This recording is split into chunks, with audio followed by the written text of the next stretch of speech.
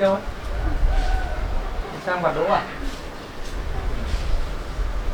Anh hôm nay đến cơ quan này để anh xem tình hình bà nào, nếu mà thấy bà ổn rồi thì anh sẽ bảo lãnh để đưa mẹ về. Mới hôm qua anh đi làm thấy anh Thái xuống động viên bà như này, mà lấy lời khai của bà vẫn chưa được tỉnh táo lắm, hôm nay sao thế nào?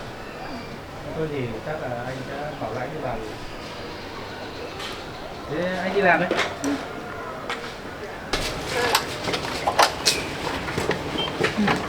Mà gọi mấy luống đỗ đấy còn nhiều quả. Ít rồi à? Anh thấy cây nó cũng già già ấy rồi. Thì có khi em nếu mà ít quả quá thì em phá để mình gieo được khác. Mai mốt anh được nghỉ thì vợ chồng mình làm. Thì em cứ... Thôi em cứ sang vặt được quả nào thôi.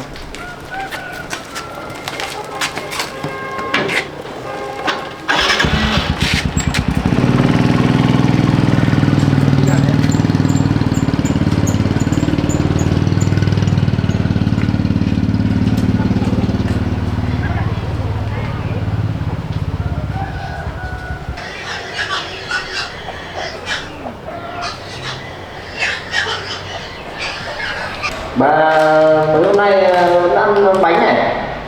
Tôi lại làm bánh chứ tôi có đi đi ăn đâu. Cái cơm thì hàng ngày quản gia mang vào 3 bữa chứ bà không được ăn gì? Anh mới cho tôi ăn đâu mà tôi đã ăn, tôi nói mờ hết cả mắt rồi run hết chân tay. Ngày nào mà ăn được ăn 3 bữa? Tôi chỉ có đây là bánh của con trai bà. tôi chỉ có mấy cái kẹo bánh này tôi ăn thôi, còn tôi ăn thì tôi thèm cơm lắm, chả được ăn những mớ gì là... Còn bà nói thế sai đấy, ngày nào bà ăn 3 bữa cơm? Chả ai cơm ở đâu, các anh mới cho tôi ăn đâu, mà có ai đem cơm cho tôi đâu, tôi sắp chết nói ở đây tôi... Bà nói thế là sai nhé, quản gia người ta mang 3 bữa cho bà. Thế tình hình sức khỏe ở trong này bà thấy sức khỏe có ổn định không? Khỏe không? Sức khỏe thật lòng tôi nói lắm, tôi chả biết cái nào, tôi yếu lắm người tôi mệt lắm. Thế bà biết tại sao bà bị bắt vào đây không? Tôi chả nhớ cái gì. Bà không nhớ à? Tôi chả nhớ cái gì nữa. Bà thử bình tĩnh mà vận động đó xem là bà vì sao bà bị vào đây. Đấy, bà cũng thử nghĩ xem là đấy là sao phải bắt. Mà sao hôm nay những cơ sự như này bà giờ đang lúc nhớ lúc quên đấy. Đấy. Tôi nói là tôi đến nhà tiền con dâu tôi bảo tôi đến nhà nói tôi lấy vé máy bay đi Mỹ mà bảo nó lấy vé để đi Mỹ mà nó không có nhà, tôi thấy nhà nó giàu hết, tôi vào tôi ăn bát cơm, ăn miếng cơm. Thế là vào nhà Tuyền hả? Thế thì bà biết Tuyền nó là như nào với bà? Tuyền như nào với bà nhỉ? Tuyền nó là con dâu tôi, nó bảo là nó đưa sang Mỹ, nó ở nhà nó sống bên Mỹ, nó cứ đưa tôi sang đấy, tôi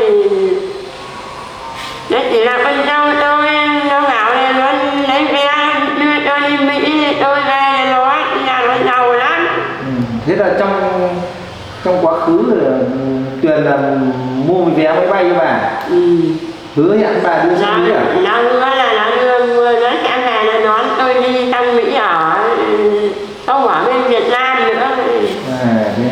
Thế Tuyền nó có hẹn bà khi nào đưa bà đi sang Mỹ không? Nó chỉ bảo là con đi mấy ngày con mang mẹ sang Mỹ, con đưa mẹ sang Mỹ sống ở bên đấy thoải mái, ok mà sướng lắm, không có như ở bên Việt Nam mình. Nó bảo thế. Thế Tuyền là sinh năm bao nhiêu? Có giàu không? Bà Tuyền nó ở bên nó giàu lắm, nó sinh năm không biết 87 hay 65. 87 à? Thế thì Tuyền sinh năm 87 hả? Hay 65? Không biết 87 hay là 65 thôi, không nhớ lắm nữa. Tuyền nó trẻ mà. Thế chắc sinh năm 87. Thế Trong thời gian bà ở với Tuyền thì Tuyền có cho bà tiền không?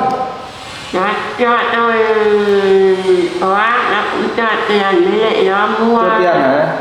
Nó mua vòng tay, bông tai cho, nó mua cho cả vòng ngọc trai nữa, nhưng mà hôm nọ tôi bị lột mất, là bị nó cướp mất rồi, là tôi không còn cái gì nữa. Cho cả vòng ngọc trai với lại bông tai vàng. Ừ. Thế cả. Phải giàu Thế là lắm. bị cướp rồi. Thì là hôm nọ bị nó cướp, nó bóc lột mất rồi. Thế bà biết nhà mình giờ đang ở đâu không? Nhà tôi là, nhà tôi chỉ nhớ là ở đằng kia thôi. Thằng kia à? Bà nhớ tên của bà không? Không. Không nhớ tên à? Tôi chả biết tên là gì, là tôi không biết à. Thế Tuyền nó hẹn bà là đưa đi Mỹ. Nó bảo mai là này, nó đưa tôi, nó lấy vé máy bay, là mai là về, nó đưa mang sang Mỹ đây. Thế bà vừa rồi là con thấy bảo bà đầu tư tiền cho Tuyền để đi Mỹ hả? Lấy tiền tiêu để đi Mỹ phải không? Ừ. Thế đầu tư nhiều không? Tôi cắm sổ, này tôi cắm sổ đất. Cắm sổ đất à? Tôi thế chấp sổ đất. Cắm sổ, bà cắm sổ bao nhiêu tiền? Hình như là không biết là bao nhiêu, muôn vàn nào là tiền, không biết là bao nhiêu. Nhiều quá không nhớ thế. Đấy rất là nguy hiểm. Bà giờ tuổi bà giờ mà cắm lấy nhiều tiền thế là rất là nguy hiểm. Thế sau khi mà cắm sổ lấy được tiền ấy thì bà đưa cho ai? Bà còn giữ trong nhà không hay là giữ trong người không? Tôi lại đưa con dâu tôi hết. Lại đưa con dâu Tuyền hả? Tôi đưa cho con dâu Tuyền, như là có một hôm tôi lại đưa cho thằng Hổ nữa. Lại đưa cho bà Hổ? Thế sao lại đưa cho Hổ nhỉ? Hổ là chỗ bà cắm sổ hay là như nào? Chỗ là cắm sổ ngay, còn tôi cắm sổ ngay. Thế còn cũng có lúc thì tôi cũng bảo bà với con dâu tôi đấy. Thế bà còn nhớ là bà có mấy người con không? Tôi làm gì có con nào, tôi chỉ có mỗi Tuyền làm con dâu thôi, tôi chả có con nào cả. Con dâu thì có con trai chứ. Không biết con trai đâu, mất hết rồi thì không biết nó đi đâu. Con trai không đi đâu. Mỗi lần Tuyền thì nó bảo là nó về nó lấy vé nó đi, mai nó hẹn về, nó mai nó về mà mất hút thì không biết nó đi đâu, mấy ngày nay chả gặp nói gì. Nói khác khổ không gặp nó. Rồi bà ở trong này thì cán bộ trại giam người ta vẫn mang cơm mà cho bà 3 bữa chứ không phải đói đâu.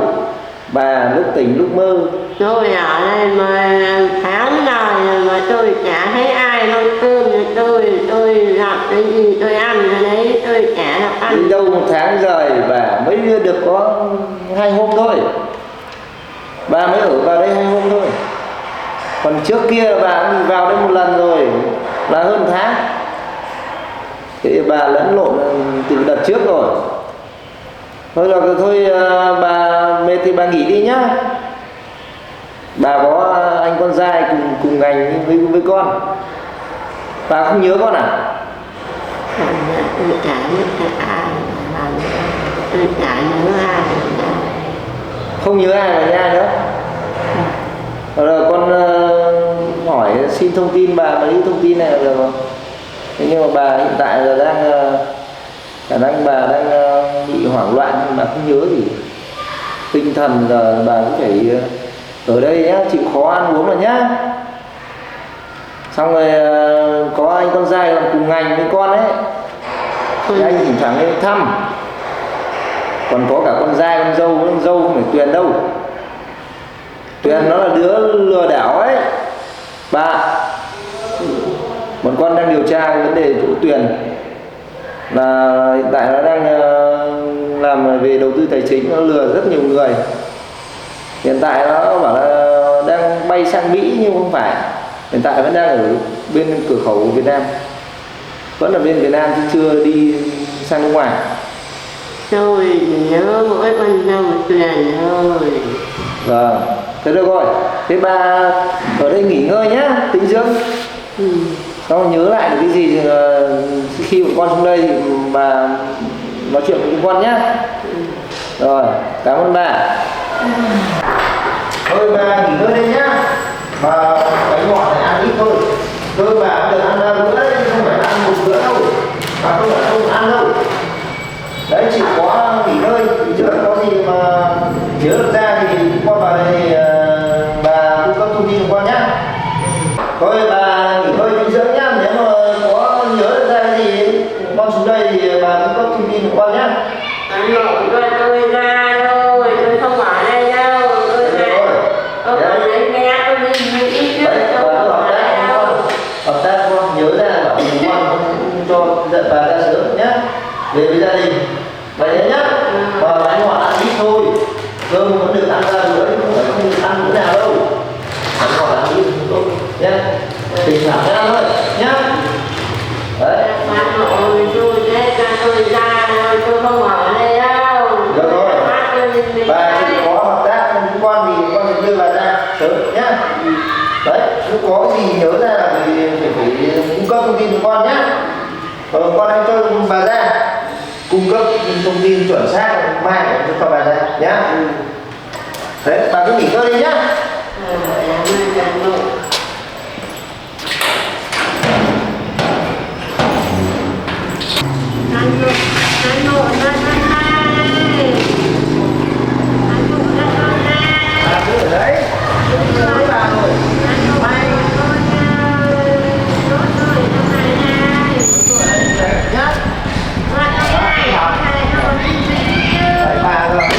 Anh ơi, lên này tôi nói chuyện với anh.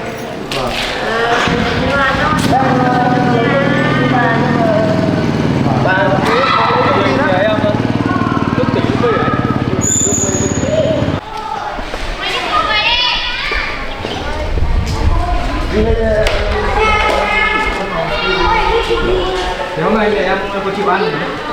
Và ăn được, ăn đầy đủ. Đấy, và cái gì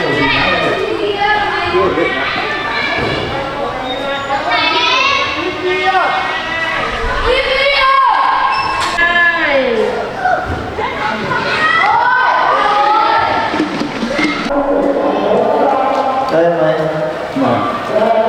Hôm nay mấy anh em lại đi xuống dưới mấy cung để lấy lại hết thông tin, chuẩn bị an ninh khu vực ở chuẩn bị đón Tết ở đây. Tết bây giờ đang rất là nhiều việc rồi. Đấy tôi xuống hỏi cái thông tin chỗ bà để lấy thêm mấy cái lời khai của bà, nhưng mà tại bà tinh thần cũng chưa ổn định, vẫn lúc nhớ lúc quên. Hôm qua đấy cơ quan đã đưa bà đi khám khỏe để xem bà có vấn đề gì đầu óc. Đúng là đây kết quả bà qua đây là bác sĩ nói là bà sang chấn tâm lý tỉnh mê, không nhớ nhiều lắm.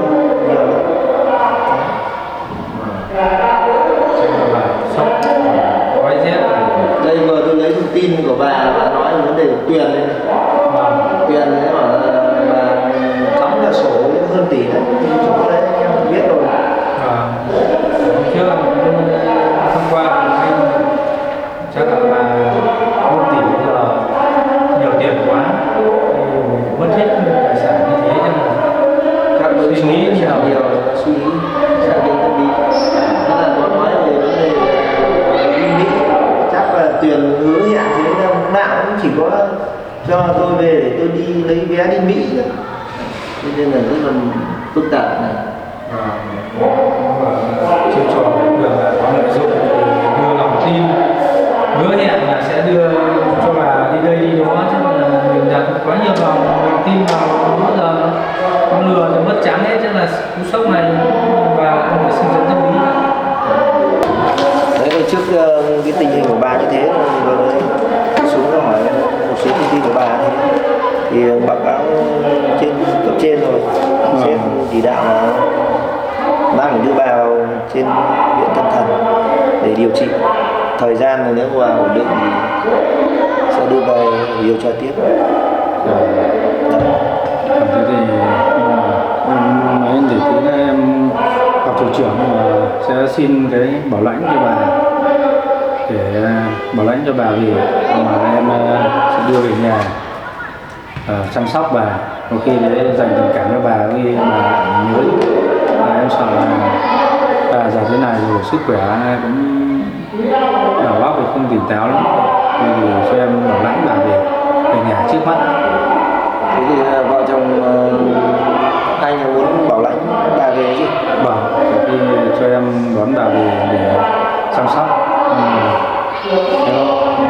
Có khi mình dành tình cảm hoặc là đầy đủ ăn uống đầy đủ nghỉ ngơi, bà có khi bà lại nhớ lại. Thì cái này bà chỉ là sang chấn tâm lý thôi, nghĩ là Phương án đấy lớn quá. được đấy, nhưng mà cũng chỉ lo là khi bà về rồi lại anh chị mà không quản lý được ở nhà nên là rất là phức tạp. Đấy. Thì cái này tôi sẽ trình lên cấp trên. Thì sau ngày mai nếu mà có gì thì tôi sẽ báo cáo lại. Vâng, để em làm với bảo lãnh cho bà, anh báo cáo thủ trưởng giúp em nhé. Cậu nếu mà cậu muốn vậy thì cậu làm cái đơn xin bảo lãnh nhé. Vâng. Để tôi trình cấp trên, xong rồi nếu cấp trên đồng ý thì sẽ cho bà về nhà anh chị. Vâng. Thế nhưng mà bây giờ cho về là về chỗ vợ chồng đang ở hay là chỗ nhà cũ? Anh vợ chồng em đón bà về chỗ vợ chồng em đang ở. Về bà thì vợ chồng em cũng đã bàn bạc với nhau rồi. Bữa lúc anh điện ấy, vợ chồng em lên thăm thì trước mắt là vợ chồng em đón bà về chỗ ở vợ chồng em, xong là vợ chồng em sẽ chăm sóc bà. Vợ em cũng đồng ý là sẽ chăm sóc bà và để bà ổn định tâm lý. Thì đối với người sẽ đưa bà trở lại để lấy lời khai sau. Đối với người mà vấn đề về sức khỏe và tâm thần ấy, là rất là nguy hiểm khi đưa ra ngoài xã hội. Nên là anh chị khi nếu mà cấp trên có đồng ý thì anh chị phải theo dõi bà, để ý bà nhé, không được đi cho ra ngoài. Ở ngoài rất là phức tạp đấy. Trước mắt bây giờ là vợ em ở nhà thì vợ em sẽ sát cánh bên bà, chăm lo cho bà, động viên bà. Em nghĩ chắc là cũng dành tình cảm cho bà, thì bà chăm sóc bà thì bà sẽ trở lại như ngày xưa. Được rồi, cái này tôi sẽ trình lên sếp sớm nhé. Hoặc là anh cứ làm cái giấy xin bảo lãnh đi. Mấy hôm trước em đi sang bên trung tâm huyện về anh. Bây giờ có về an ninh quốc phòng thì huyện đã triển khai về các xã, và như anh em mình thì sẽ về an ninh quốc phòng và trật tự an ninh ở các thôn. Thì như trên huyện đề bạt xuống thì sẽ có 6 tổ về các thôn để mình truyền đạt cho các tổ an ninh ở thôn. Chắc là cái này sẽ bố trí các đồng chí Thanh đi cho anh. Vừa rồi là cấp trên đã bố trí đồng chí Thanh lên xuống đấy rồi. Nhưng mà bây giờ tình hình ở tất cả các thôn nhé, chuẩn bị Tết, đón Tết, nên là cậu phải lưu ý cho tôi các tổ ấy, là dưới thứ nhất là tình hình trật tự, với là trộm cắp đang rất là nhiều. Với thứ hai nữa là tình hình là Tết này là người dân là đốt pháo nổ rất nhiều. Đấy, cho nên là cái chỗ pháo nổ ấy là mình tất cả các tổ đều phải để ý kết hợp với nhau. Xem có tình trạng buôn bán pháo nổ hay đốt pháo nổ nào thì phải báo cáo tôi ngay nhé. Cái này chắc là sẽ cử các đồng chí về các thôn để bám sát thôn, các tổ an ninh ở thôn anh ạ. Chứ không để như mọi năm là đốt pháo tràn lan thế này là không được, rất nguy hiểm. Đây là cái công văn của trên tỉnh đưa xuống này, về vấn đề trật tự an ninh của xã và tình hình đốt pháo nổ. Đấy thì anh triển khai tôi 6 tổ đấy nhá.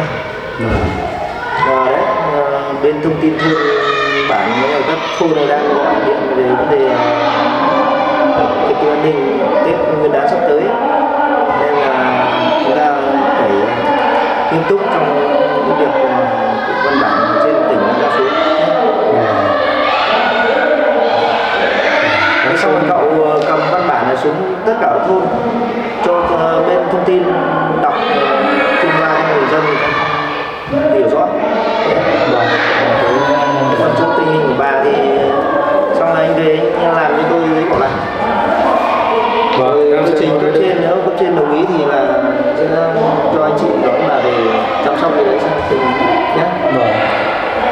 Em sẽ xuống để nhân ra là mấy bạn người đưa xuống các thôn để thông tin của các thôn đọc cho người dân nghe. Tết nhất đến nơi rồi và con phải ăn Tết lành mạnh, không pháo nổ, không uống rượu nhiều. Còn chỗ của bà ấy thì bên quản gia họ cũng cho bà ăn uống đầy đủ.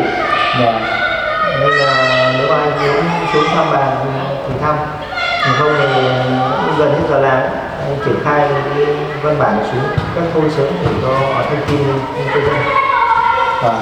Mắt là trước mắt để em photo đi photo xuống photo đấy thông báo này để gửi xuống các thôn đấy. Thì hết giờ làm em vào thăm bà sau. Bây giờ ở đây là có các anh giúp đỡ, bà chắc cái điều này bên kia em xuống bà cũng không có nhận được đâu. Nói chung là bà bây giờ việc đã xong xuôi đã rồi. Bà bây giờ sức khỏe ổn định, không vấn đề gì cả, chỉ có tâm lý và nhớ lúc quên thôi, không vấn đề gì cả, anh yên tâm. Và đấy em lên thấy gào cả tôi ra tôi đi Mỹ đây thì chắc và tâm lý ở nhà bạn như thế mà. Thì thôi anh làm nhé, em ra xuống photo với bảng gửi xuống các thôn. Sai luôn tôi nhé. Dịp này cứ đi nhiều chỗ ấy ạ.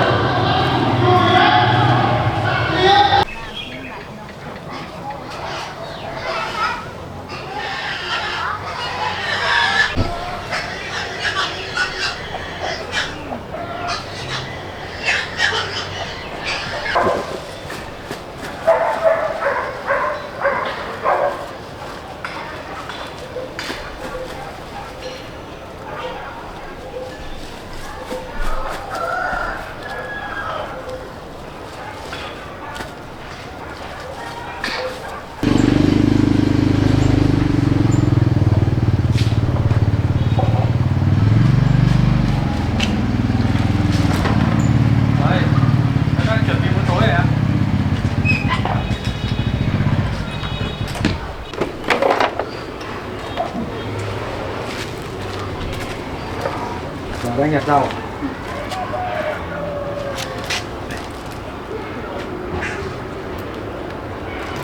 Vậy hôm nay anh lên cơ quan gặp anh Thái lúc mà anh đang hỏi một số thông tin hỏi mẹ về anh Thái cũng bảo mẹ vẫn còn hoang mang lắm, lúc tỉnh lúc mê. Qua cơ quan cũng đưa bà đi khám và đang bị sang chấn tâm lý.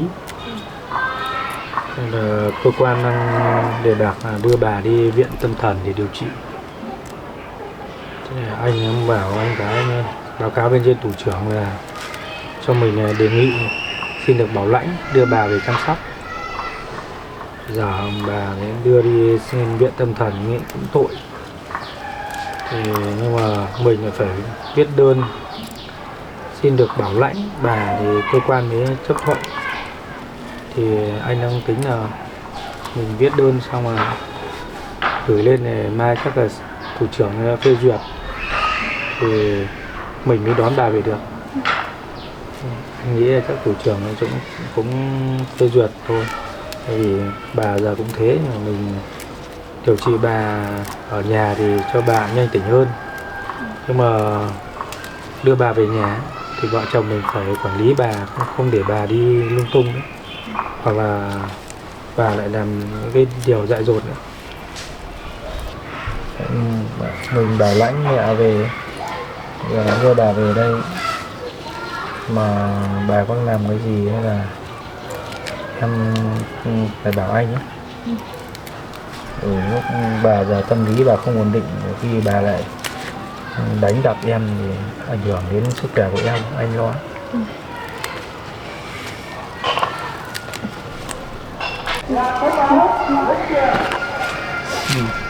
ăn gì ấy nốt, anh thay quần áo nhé. Thôi dạ. Bà thế rồi thì vợ chồng mình thôi cứ quyết định như thế vậy nhé. Để tối anh viết đơn bảo lãnh, mai lên anh nộp để thủ trưởng phê duyệt thì vợ chồng mình đón bà về nhé.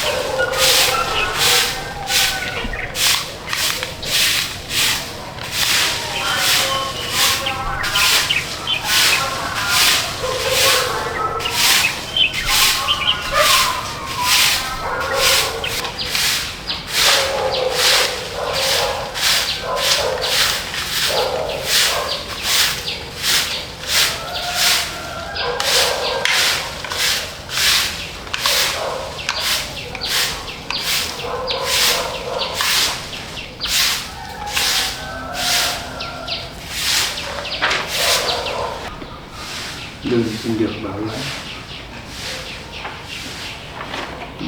Nói chung là nội dung là đơn như thế nào cũng là được rồi. Này lên để đưa đơn cho thủ trưởng phê duyệt để đưa bà về nhà chăm sóc này và mới ổn định tinh thần được và nhanh hồi phục.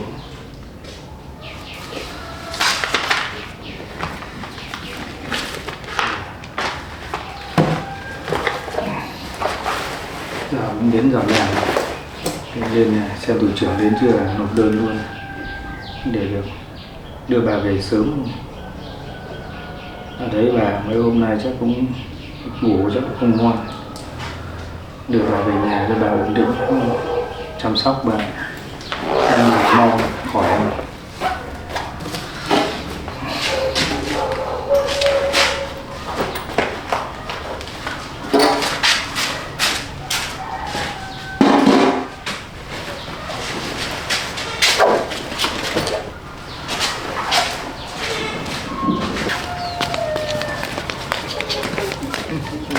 Đây, anh vừa trả lại cái đơn để được bảo lãnh bà ra.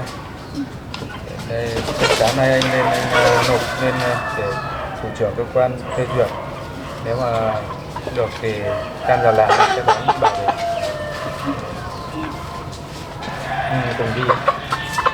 Nhưng mà lên anh giờ mình làm nộp đơn để xem cơ quan có phê duyệt được không.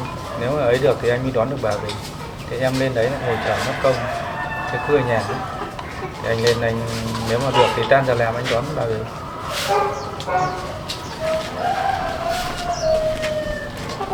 đón bà về nhà chăm sóc nhanh đấy được, nhanh hồi phục. Chứ trên đấy hôm qua anh lên này Thái nói bà vẫn hoảng loạn, nhớ đục không, gạo thét được. Và cũng cơ quan đề nghị là muốn đưa bà vào trại tâm thần ấy điều trị. Tôi nghĩ là chắc là quán về chăm sóc tốt hơn.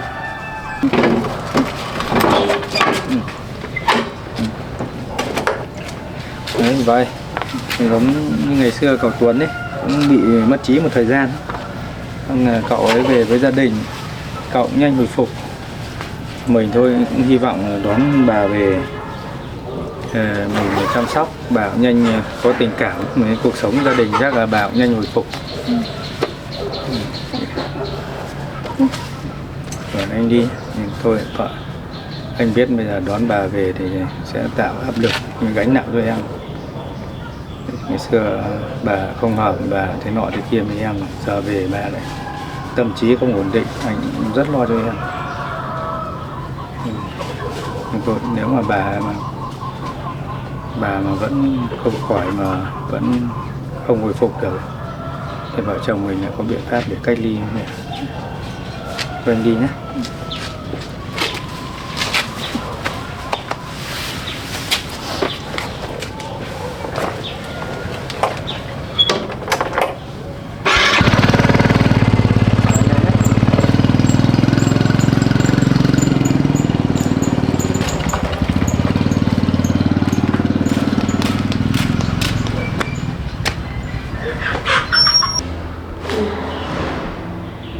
Là của tôi đây, là ai lấy của tôi đấy, là tôi đây, của tôi.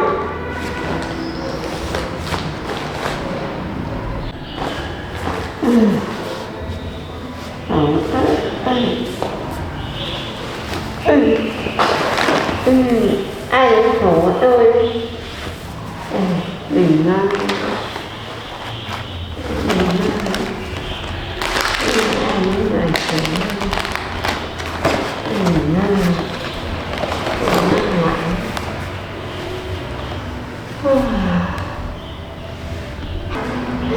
Tôi đâu rồi? Tôi đâu rồi? Đi nhà. Ôi đây này. Đây nuốt tôi lên, tôi tưởng tôi ở nhà tôi ở đây. Tôi lại nuốt tôi lên đây. Có ai không? Mở cửa tôi ra để cho tôi ra để tôi về. Mở cửa ra để cho tôi về. Thả tôi ra, mở cửa ra để cho tôi về đây. Tôi lại nuốt tôi lên đây. Ôi, nhà số 3 đấy, nhà số 3. Mẹ ơi, con nhà mẹ đấy, mà con lấy vé cho mẹ đi. Mẹ con đi Mỹ thôi, nhà về lấy vé cho mẹ đi. Con ơi, mẹ đang đợi đây. Mẹ lấy vé đây, cho mẹ con đi đi.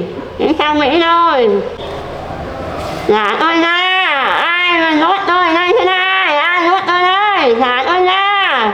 Để tôi về mẹ con dâu tôi, đang đi Mỹ đây, mẹ con tôi đi Mỹ đây.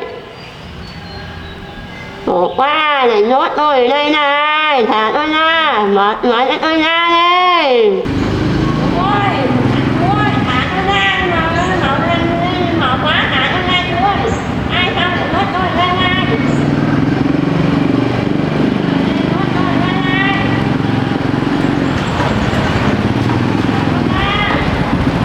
Hôm nay tinh thần rất hoảng loạn.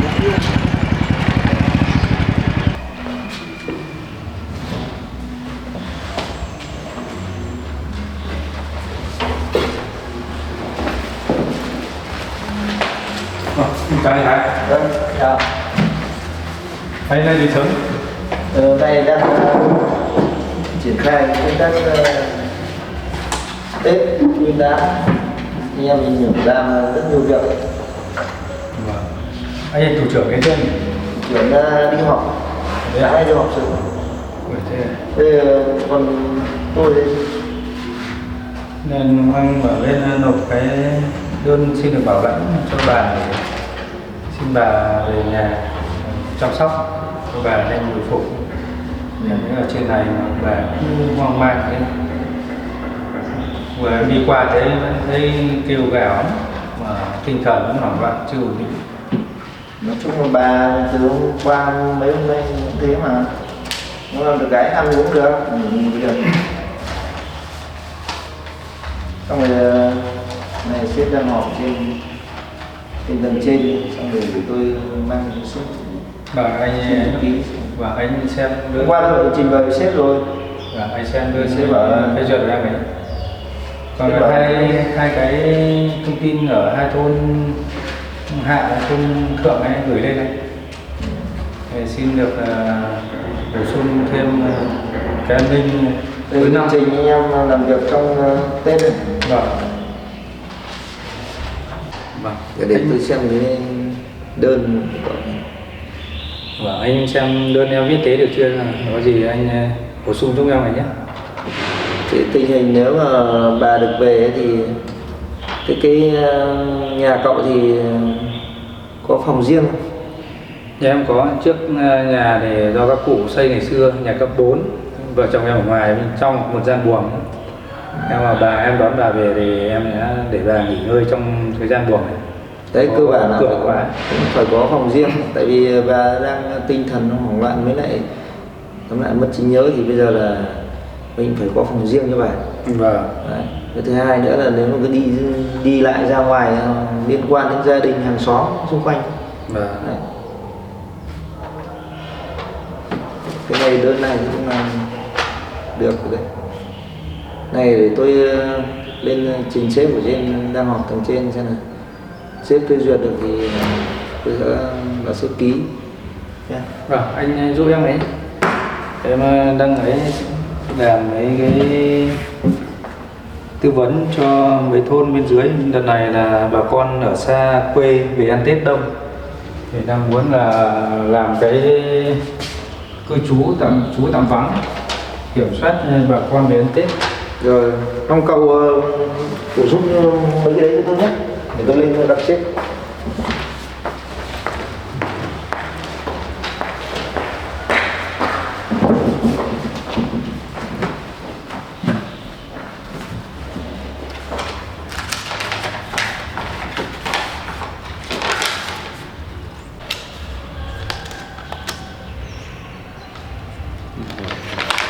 Cứ tạm vắng.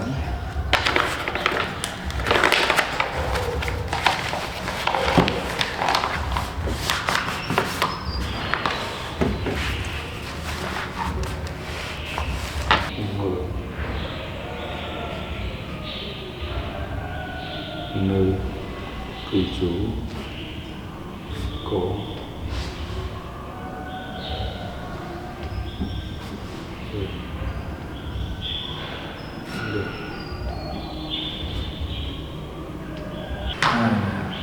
Những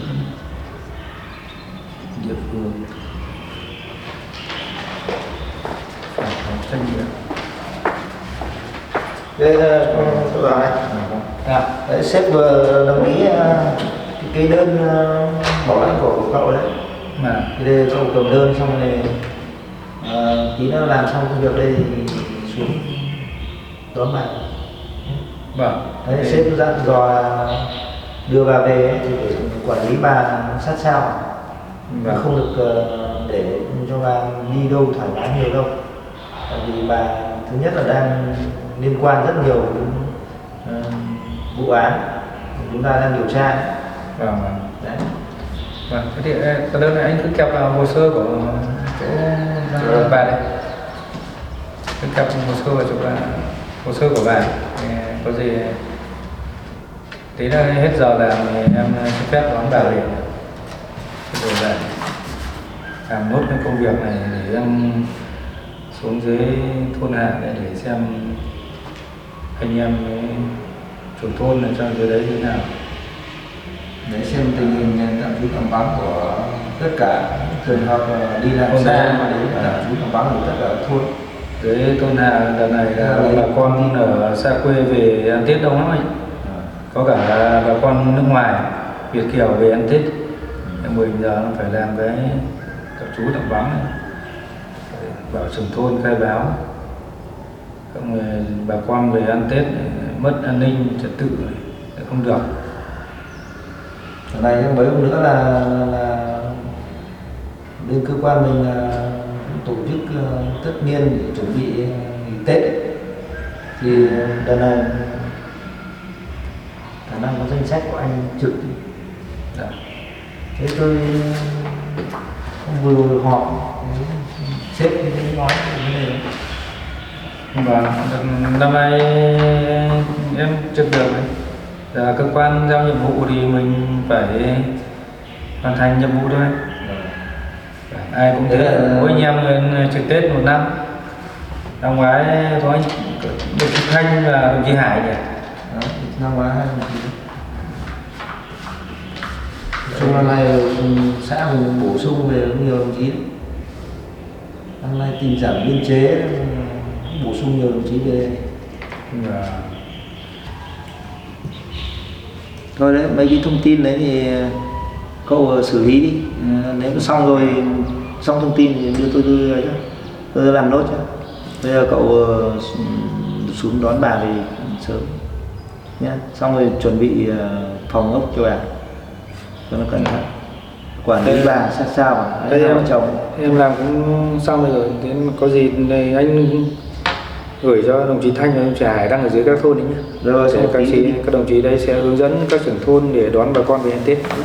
Đây chìa khóa đi, anh em xuống dưới xong rồi để tôi làm nữa. Đây xong anh ấy nhé. Rồi tôi Cho để em xin phép em đón bà về sớm, mấy hôm cho bà không nghỉ ngơi, mất ăn mất ngủ, về bà vệ sinh cá nhân để thay quần áo. rồi. Rồi, anh làm giúp em đây nhé. Ông báo cáo thủ trưởng này, em xin phép về tiếp nhé. Rồi.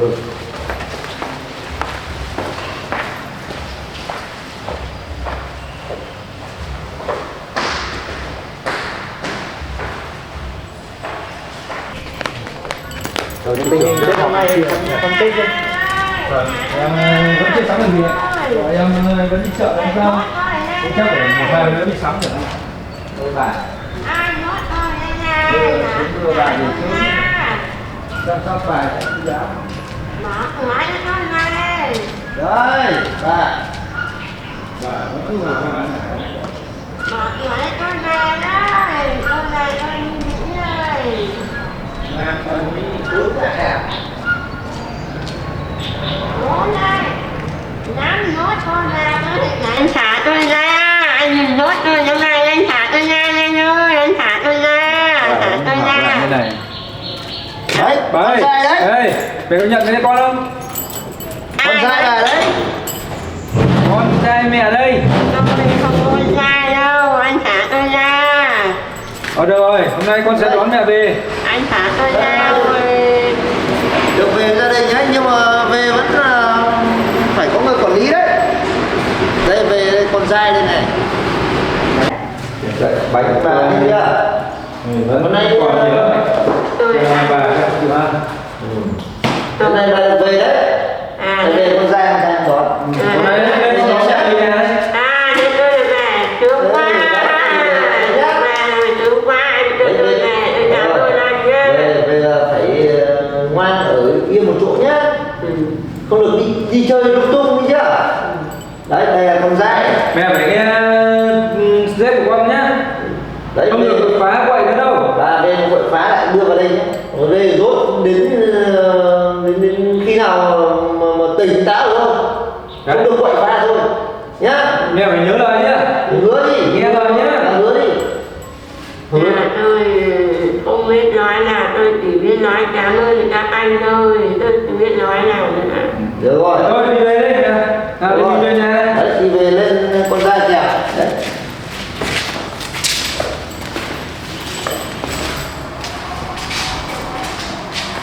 Đau. Đây được về rồi. Sướng quá. Tôi về tôi đi Mỹ này. Phải là anh bảo Tuyền đến nói tôi. Tuyền nó bảo anh đến nói tôi về đi Mỹ à. Nào đi Mỹ. Bây giờ đi về nhà mình. Sướng quá. Được đi Mỹ sướng rồi. Mẹ lúc nào tư tưởng đi Mỹ. Đấy. Lúc qua. Vui không?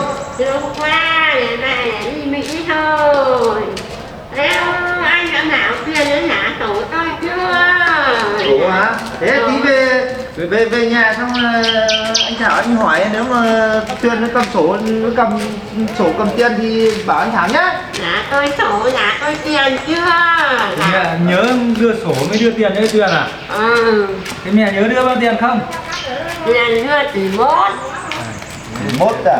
Ừ, tỷ mốt với cái sổ. Nhớ.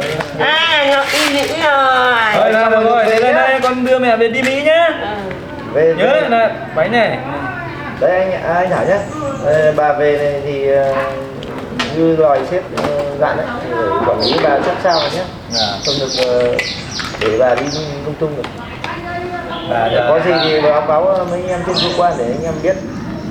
Bà giờ chỉ thích đi Mỹ thì chắc chỉ cần nói bà được cho bà đi Mỹ thì chắc là bà bảo gì bà cũng nghe. Đấy, bánh cầm về ăn nhá. Thế về nhà không được đi chơi lung tung đâu nhá. Bà nhá. Anh lên xe về. Nào, Bà đi lung tung mà phá phách là con lại cho bà vào trong trại đấy. nào đi Mỹ nhá. Phải nghe lời mới được đi Mỹ đấy. Nghe chưa? Phải nghe lời con nhá. Rồi anh đưa bà về thì tôi làm nốt công việc trên này.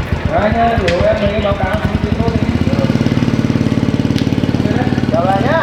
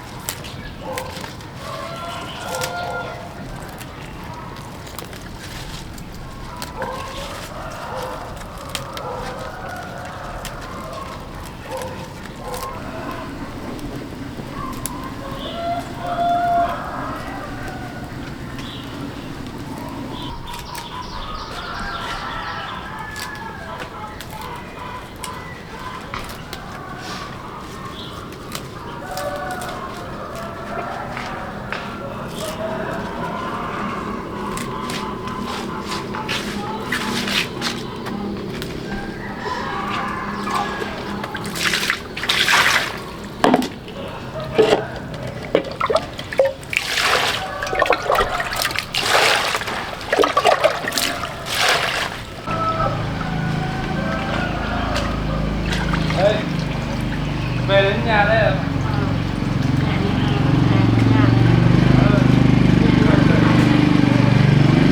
Đấy.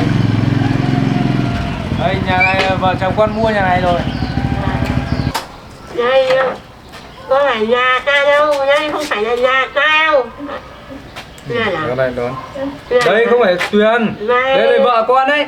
Ôi là mẹ đi tìm con dao này không thấy, bây giờ con lấy vé chưa, lấy vé cho mẹ đi Mỹ chưa? Đây này lừa tao đây, có phải là tao đây, con dâu tao rồi nhưng mà... Đây là nhà của bác, vợ chồng con mua lại đây rồi. Mẹ đất của mẹ cắm sổ, người ta đang giữ sổ đỏ rồi. Đưa mẹ. Đây là vợ con. Mà lấy... Con dâu của mẹ đấy. À, con lấy vé cho mẹ đi Mỹ chưa? Tuyền à? Nửa nọ này cứ thế đi Mỹ mới Tuyền này. Tuyền à? Mẹ tìm con dao này không thấy, không biết con ở đâu, mẹ này cứ muốn đi về, con lấy vé cho mẹ để mẹ đi Mỹ mà tìm không thấy đâu cả. Đây con về đây rồi. Đây là vợ con dâu của mẹ, không phải Tuyền. Đấy ạ. Suốt ngày cứ Tuyền đi Mỹ, thôi em cứ bảo nhận là Tuyền cho bà yên tâm, bà đỡ quậy phá bà đây. Đây mẹ ơi, đi vào đây ngồi. Em đang nấu cơm à? Đây mẹ ơi, đây đi vào trong nhà nghỉ ngơi nhá. Đấy. Về phải nghe lời con đấy nhá. Vào trong này nghỉ ngơi cho nhá. Về.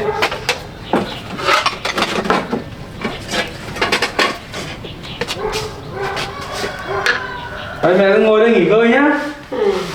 Đây là nhà này không phải nhà tao đâu, nhà này cháu như sắp đủ rồi, sắp đến mặt rồi. Mẹ anh mà tôi đây không phải nhà tôi đâu.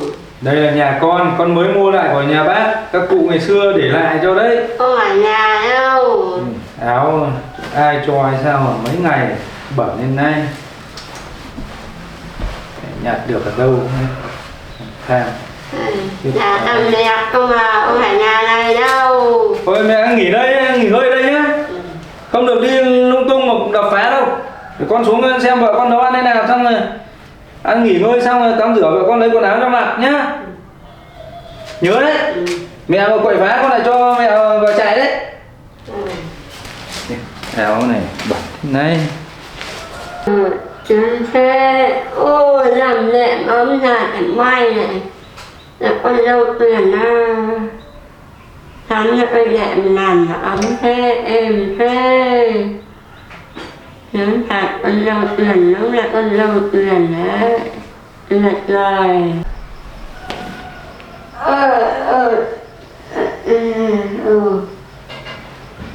Đây là Tuyền bây giờ là lâu lắm rồi, Tuyền nó lâu lắm rồi, sao mà lại đây nó ở, đây nó ở.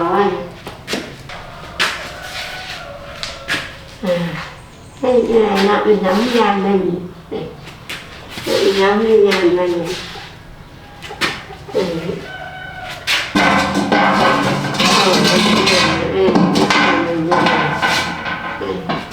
Tuyền nó về, còn giờ nó cũng sớm muộn rồi nó cũng buồn vé nó đưa mình đi Mỹ rồi. Nó cũng trước sau nó cũng đưa mình sang Mỹ ảo. Nó đã về đây rồi. Nó về đây. Ấm ngày thôi lúc phút có chỗ ăn chỗ ở là nằm. Có đệm nằm cái này là nắp rồi. Là ấm rồi. Sướng quá, ôi tuyệt vời ơi, giờ ấm như này. Nếu mà con lâu tuyệt vời luôn đấy. Sướng làm ấm êm. Con lâu tuyệt quá tuyệt vời luôn.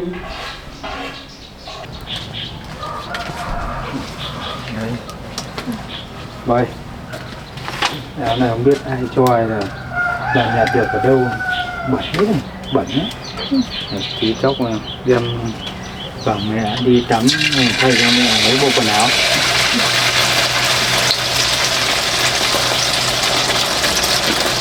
Nồi chín kia không Em mua giỏi á. Anh thái giò nhé.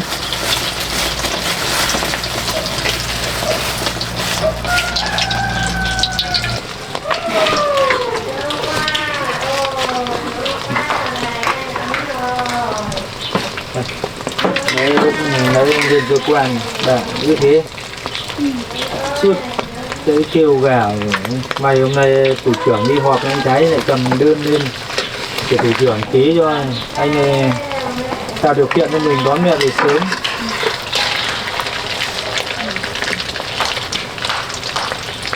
Anh ở xuống mấy thôn để đưa cái công văn trật tự an ninh trước Tết ấy để bà con Việt kiều về ăn Tết.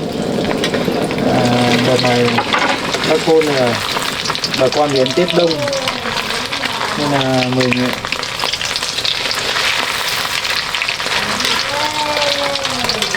vậy năm nay khi anh phải trực Tết đấy không ạ.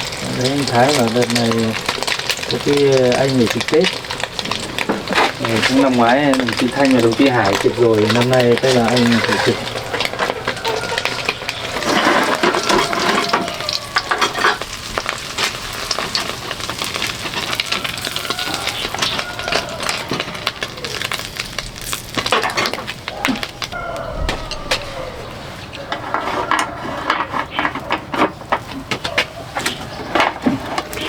Đây để thay quần áo xong rồi ăn cơm nhé.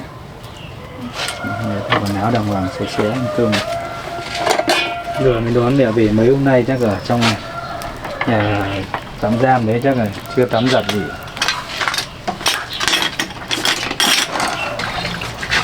Chỉ hết rồi. Đây, em đang đun nước uống à?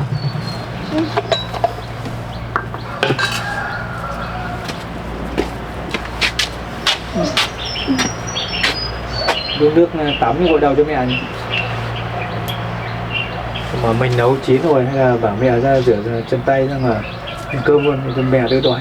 Ăn xong tắm rửa cũng được. Bảo mấy nay ăn uống cho thất thường. Hôm qua anh cho mua túi bánh vào mà hôm nay mẹ vẫn thấy vẫn bỏ đầy, không thấy ăn mấy. Còn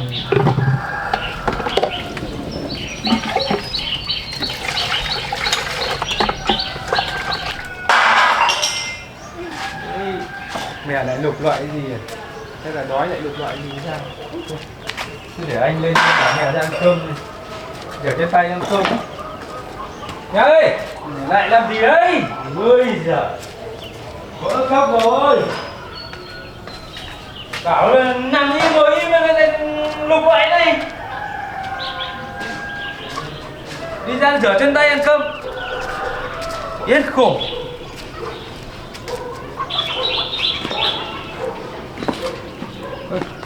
Đây rửa chân tay mặt mũi không bà ăn cơm. Con nấu chín hết rồi. Không được quậy phá cơ mà. Mẹ ơi, đây rửa chân tay để vào ăn cơm. Ôi, tao không rửa cái gì đâu, tao không rửa đâu, tao đi ăn cơm đây, tao đi ăn cơm. Phải rửa mặt mũi chân tay sạch sẽ mới được ăn cơm. Tao không rửa đâu. Nào, rửa chân, đây tay, rửa tay đây. Rửa tay rồi. Thôi, không rửa mặt đâu. Mấy ngày hôm nay rồi, không cái gì cả. Không rửa mặt đâu, không rửa mặt, tao rửa. Tao rửa tay rồi. Mấy ngày nay mẹ người không rửa mặt mũi chân tay thì làm sao ăn được cơm? Nói em rửa mặt cho mẹ. Cơm đây, mấy ngày nay tao không được ăn những gì vào mồm, nói lắm. Phải rửa mặt mũi chân tay sạch sẽ mới cơm. Không rửa mặt đâu, tao không rửa mặt, tao không rửa mặt đâu, tao không rửa mặt đâu, tao không rửa đâu. Đây để anh giữ, để anh giữ. Không rửa đâu, mất đi, tao không rửa đâu. Mẹ không rửa mặt thì không được ăn cơm đâu. Nghe lời đi, tao không rửa mặt đâu. Mất đi. Cho bà vào ăn cơm. Đây, đi vào ăn cơm. Đây, đi vào, mẹ đi vào ăn cơm. Dọn dẹp rồi mình lên cơm nha. Ăn cơm rồi, sướng quá, ăn cơm rồi, sướng quá. Sướng quá. Không được quậy phá gì nghe chưa mẹ? Phải nghe lời con đấy. Không là không cơm được ăn cơm đâu. Đi vào ăn cơm này. Mẹ có mẹ về nhà có vui không? Đấy, bà con nấu cơm cho mẹ ăn đây này. Tính đồ ăn mẹ thích này.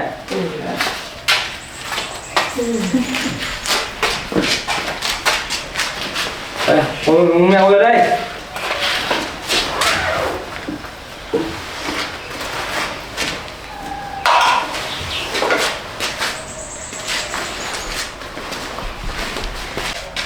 Là con nấu cơm à? Con nấu được cơm ngon thế. Mẹ đi tìm con mấy ngày nay mà mẹ có được nấu cơm nào đâu có ai cho mẹ ăn cơm đâu. Thương quá, mẹ con dâu nấu cơm ngon hả? À, đã ăn cơm rồi, cơm ngon rồi. Đây, đuổi mẹ. Trật tự ăn cơm thôi. Ăn cơm đi. Đây món gì đây? Cái này, à, cái này không ngon. Cái này phải đồ ăn của Rau mẹ sạch, đâu. rau sạch đấy. Vợ con chồng đấy. Mẹ ăn đi. Cái này không phải đồ của mẹ, không phải đồ ngon của mẹ đâu. Cứ ăn đi, ăn nhiều vào thì nó mới mau khỏi được. Rồi, ăn đi em. Nắng lắm. Không ăn được, nắng lắm. Nắng lắm. Mẹ phải ăn vào chứ. Nắng lắm. Đáng thế nào được, rau sạch vợ con chồng ngon, rau non. Nắng lắm. Ăn cái này không ngon đâu, không ăn đâu, không ăn đâu. Cái này không. Mẹ phải ăn cả rau này nữa vào nó mới tiêu hóa tốt này. Ăn ngon lắm. Ăn ngon lắm. Thôi em ơi, ăn đi. Mẹ thích ăn cái gì mới ăn. Giờ Ê, ngon lắm. không ấy được. Để bà dần dần. Giờ bà đang thế này mình có bảo gì bà cũng không nghe đâu.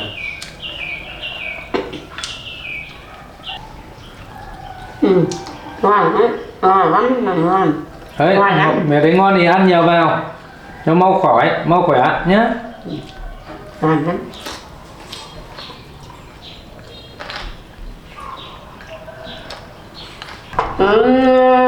Thủ của tao đâu rồi? Thằng thủ đây, thủ của tao đâu? Nã thủ của tao đây. Thủ của tao đâu rồi? Bây giờ hổ ơi, bà ấy, con là con của trai của mẹ đấy, hổ hiếp gì. Nã tao thủ đây.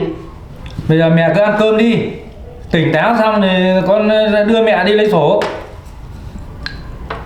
Bây giờ tao mà lấy thủ của tao. Mẹ nghe con thì mẹ không thành thế này đâu. Mai nào thế này. hổ.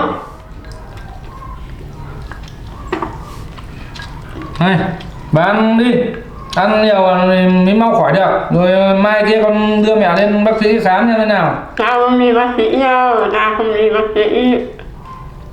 Đi bác sĩ để khám thì có thuốc uống thì mẹ mới nhanh hồi phục được chứ. Tao không đi bác sĩ đâu. Là nơi mà giả bảo hổ nó giả sổ mẹ đi, giả mẹ sổ đi. Mẹ vẫn nhớ vay tiền để đưa tiền cho Tuyền để đầu tư. Thế mẹ có biết mẹ vay hổ bao tiền không? À không nhớ là không biết ở đâu rồi. Thế mẹ có nhớ là trả lãi nó như thế nào rồi chưa? Không nhớ. Không nhớ gì hết. Mình giả sổ tao đây, mày tiền lãi tao giả mày rồi đây. Tao giả mày tiền lãi rồi, mày giả sổ tao đây.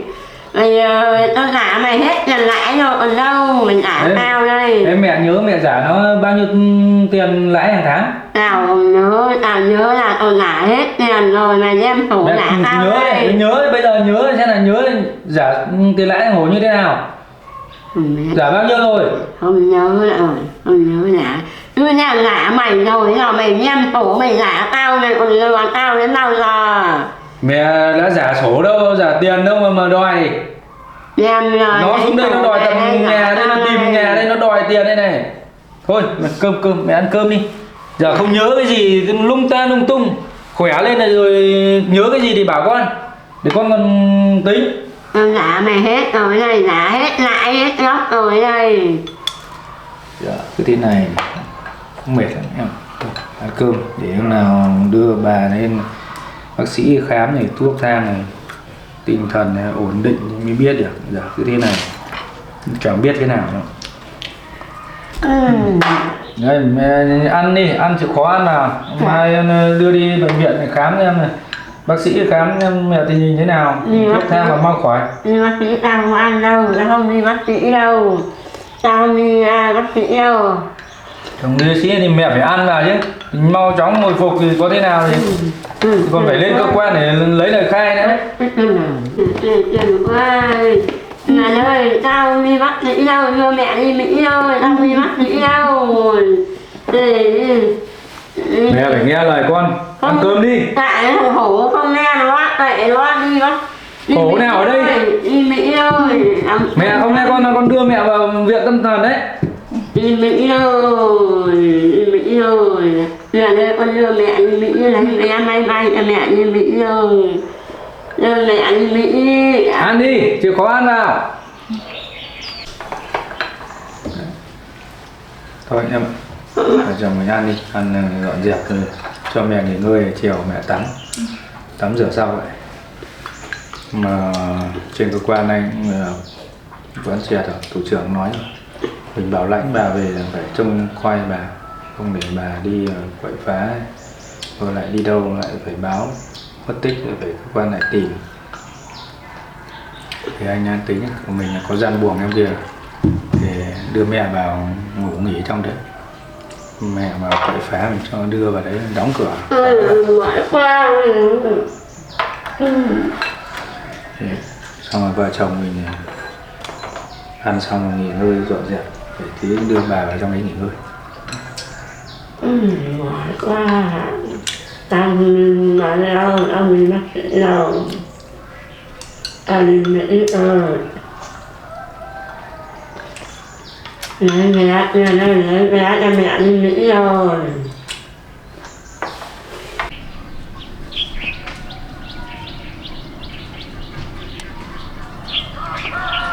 Em ăn được. Vợ chồng mình dọn. Thôi để thôi mẹ cứ nằm đấy nhá, nằm đây nghỉ đi. Chiều dậy tắm rửa rồi gội đầu sau nhá.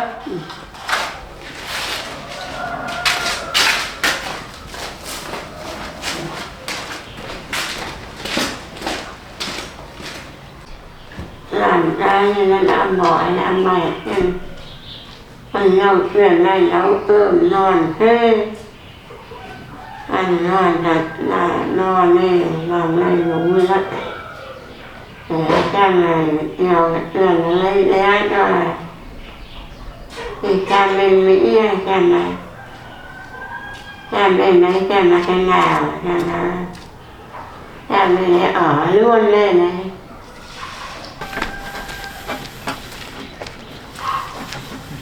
Đấy, em này rửa bát luôn à? Mẹ ngủ rồi, thế tôi để mẹ nghỉ. Nước sủi cho chiều cho mẹ dậy mẹ tắm rửa xong.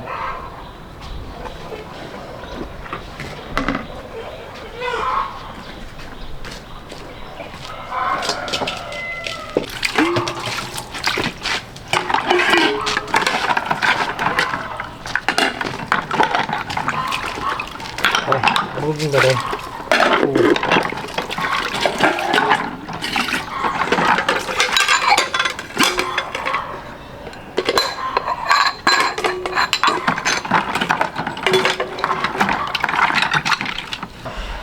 Rồi, em rửa nước này nhé.